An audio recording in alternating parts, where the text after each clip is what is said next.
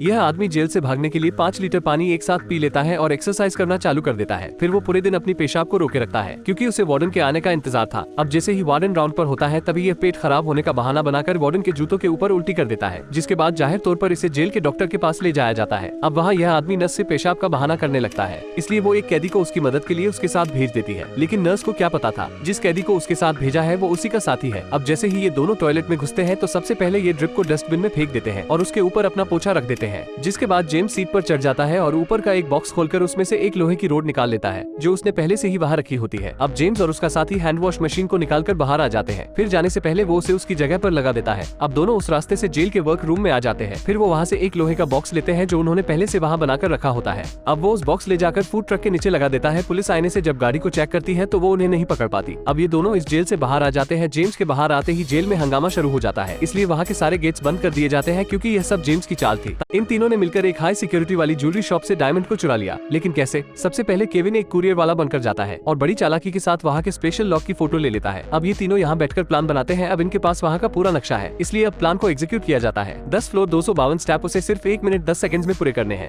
10वें फ्लोर की सीढ़ियों की तरफ न तो कोई लॉक है और न ही कोई हैंडल। उन्होंने हर गार्ड्स को कई बार ऑब्जर्व किया है। यह मोटा आदमी 12 मिनट के लिए अपनी जगह से हटता है, इसलिए इस चोर के पास सिर्फ 12 मिनट है चोरी करने के लिए। सबसे पहले डोर पर एसिड स्प्रे करेंगे, 90 सेकंड्स में कवर और डोर मेल्ट होने लगेगा। फिर आगे जाकर उसे एक पिन से लॉक खोलना पड़ेगा। उसके पास ये करने के लिए सिर्फ 45 सेकंड्स है, नहीं तो वो मोटा आदमी उसे देख लेगा। लेकिन जब तक मोटा आदमी उसे देख पाता वो अंदर चला जाता है। अब अलार्म को बाईपास करने के लिए उसके पास सिर्फ 30 सेकंड्स है। अलार्म में एक G-RON-5 मोशन डिटेक्टर सिस्टम लगा हुआ है जो 30 सेकंड्स के बाद पुलिस और लॉबी गार्ड्स को अलर्ट कर देगा। फिर भी उसने वहाँ से डायमंड चुरा लिए, लेकिन अगले दिन इनके साथ एक प्रॉब्लम हो गई। किसी ने इनका प्लान और डायमंड को इनके घर से चुरा लिया। अब ये पुलिस के पास भी नहीं जा सकते हैं क्योंकि उस प्लान पर इनके फिंगरप्रिंट है, इसलिए अब इन्हें समझ नहीं आ रहा कि वो क्या करे।